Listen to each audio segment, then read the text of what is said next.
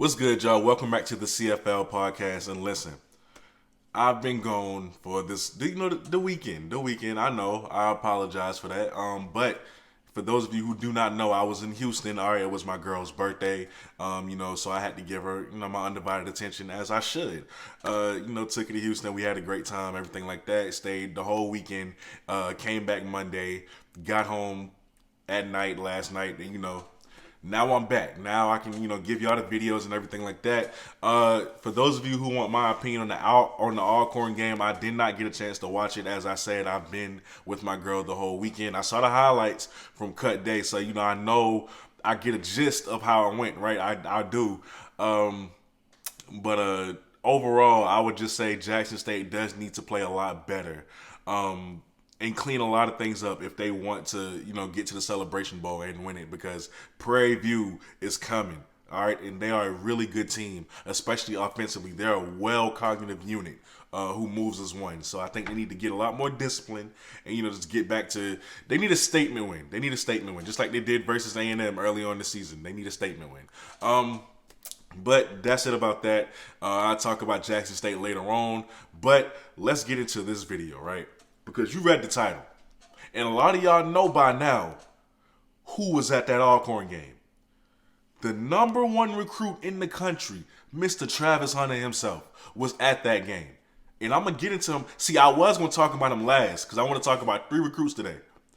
2 of them are 4 stars, and then you got Travis Hunter, the obvious 5-star recruit, number 1 recruit in the country. But I'm gonna start off with Travis. I know y'all really wanna talk about him. For those of you who don't know about him, I think y'all want to know some more about him. So I'm gonna tell you some things that's interesting with him, right?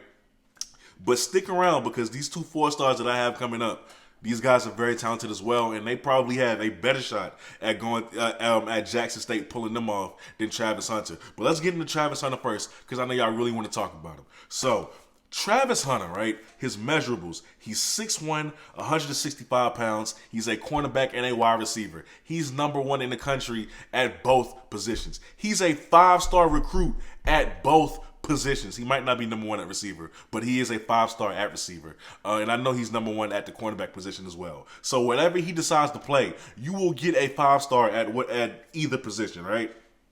So like I said, number 1 in the country, and he is a first-round pick projection in high school. That's right, a national recruiting analyst who evaluated him twice. He's been evaluated twice, right, by 2 guys. He is a first-round pick projections, and he's been compared to Xavier Rhodes, the cornerback for the Minnesota Vikings. So that's a really good comparison, right? And that's a really good observation and projection for a high school recruit nonetheless. Now, let's get into his chances with Jackson State. He was at Jackson State, right? And I know a lot of people were hyped because they were like, oh my God, could Travis be coming to JSU? Could this happen? Could history happen? I would say this. Don't rule it out. Don't ever rule it out. But until he changes his bio on social media, I'm going to be a little bit hesitant. But let me tell you what I found interesting, right? And you take from this what you will. Now, at some point during Travis Hunter's recruiting, he's been committed to Florida State for a while, a very long while now. And he's made that known. He's Florida State down, Florida State this, Florida State that. He's very Florida State heavy, right? But there was a point in time where his commitment to Florida State seemed very fragile, and a lot of people were taking note of it, right? And during that time period, schools like Alabama and Michigan were making advances at Travis heavily. Like they were going after him harder than they did before during that time period. What did Travis do? Travis said, all right, I'm gonna stop all these rumors right now. I'm gonna go on Twitter. And he said, hey, I still Florida State everything. I'm not even thinking about decommitting or anything like that. And he declined a visit to Alabama, and he declined a visit to Michigan. He told them no. He told Nick Saban and John Harbaugh, no, I'm not coming to visit your school this fall. And he hasn't. The only two other visits he's taken was Florida State, obviously, and Georgia, because Georgia has a great defense, and they're most likely going to be in his top 3 when he makes his decision on December 15th. But here's the interesting part. You tell Michigan and Alabama no, and then you turn right around and you visit Jackson State during the biggest game of the biggest rivalry game of the year. That's what you turn around and do. You told Alabama and Michigan no, but you gonna come to Jackson State and visit them versus Alcorn. That's not to be nice. That wasn't to be nice. Anybody who could tell Nick Saban no and John Harbaugh no don't care about being nice to your program. All right. He wanted to take that visit. He was intrigued. All right, Coach O and Coach Prom are doing their due diligence in recruiting him. They came in a little bit late because Jackson State is his 25th or 26th overall offer out of all the offers that he has. So they came in a little bit late, but they are doing their due diligence with Travis Hunter, and they're making a great push. The fact that they were able to get what Alabama and Michigan couldn't get this season. So that's very interesting to me, right? Now, yes, he does have a relationship with Coach Prime. And what I also found interesting was during his visit, because it looks like he stayed the whole weekend as well. I could be wrong, but it looks like he stayed more than one day. Travis Hunter and Shador was making TikToks. Them boys is making they look. I'm not gonna lie, the chemistry looks good between them. They were making TikToks.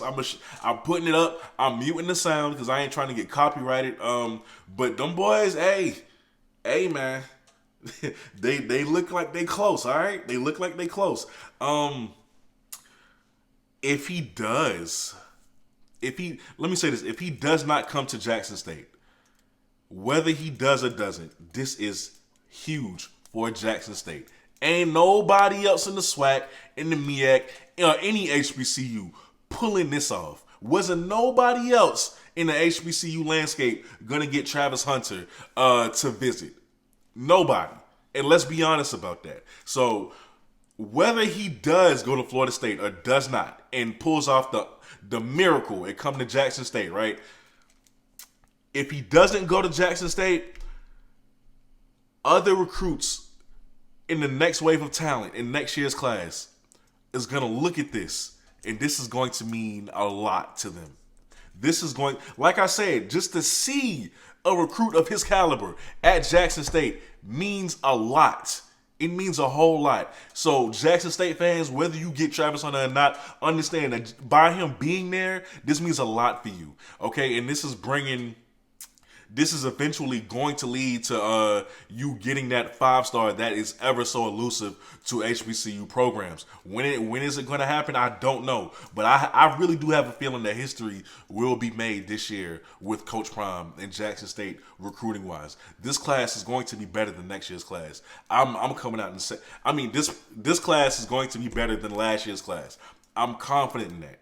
I'm very confident in that. So you take what you will from that with Travis Hunter, okay? You take what you will from that. But just know, the boy's a monster. And anybody trying to find his stats this year, he had an injury. He just came back from injury last week, which was his first action of the season, and he went off. He went off. So he's the real deal. Travis Hunter is the real deal. Let's pray that we can get him at Jackson State because that's going to take a lot, all right?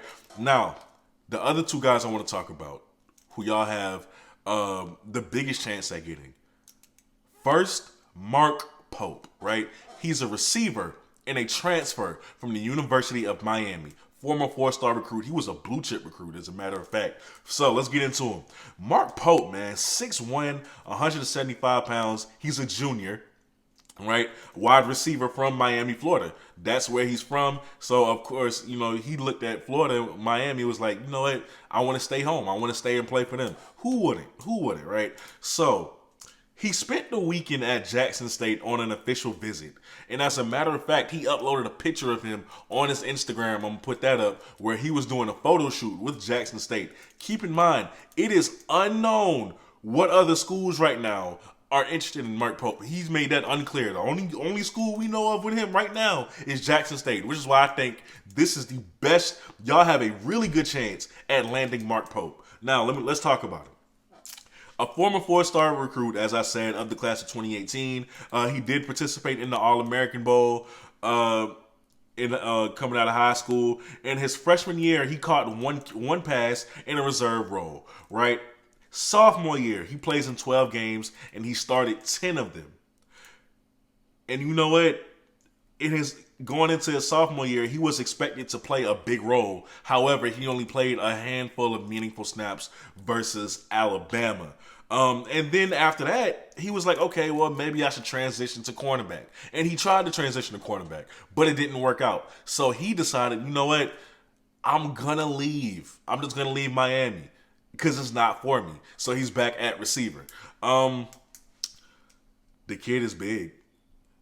He's big, nice size, right? Not obviously he's not like 6'3", 6'6", but stature wise, like he can hold his own. He can hold his own. His career stats at Miami: 52 catches, 680 yards, and 4 touchdowns. What I found interesting about Mark Pope earlier this month, 24/7 Sports Composite has still graded him as at an 85. He has an 85 grade right now, even with the low production at Miami. He's a really good talent.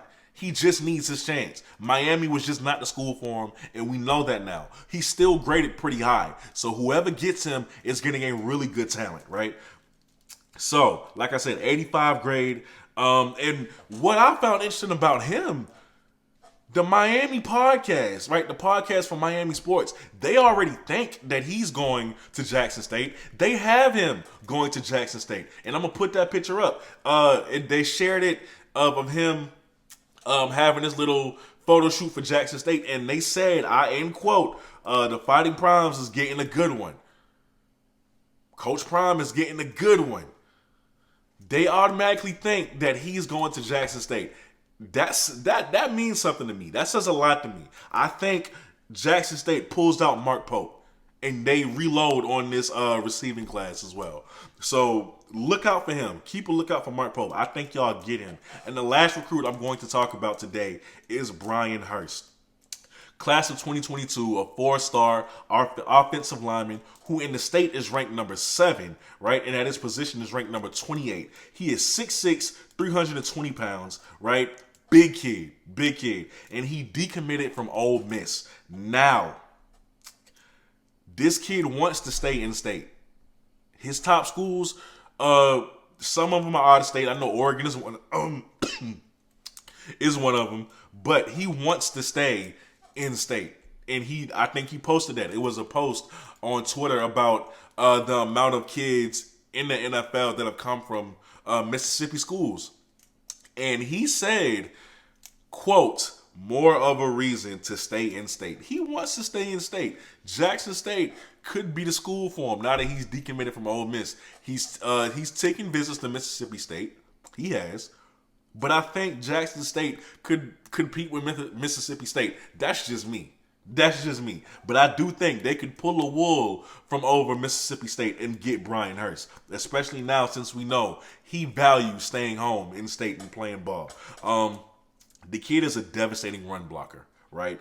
Devastating. His length and his first punch lets him have his way with defenders, not only at the first level, but at the second level as well. He can get in space. He bends really well for his size, to be 6'6", 320 pounds. He bends really well, right? And the only thing he would need refinement in is his weight transfer and pass sets. That is it.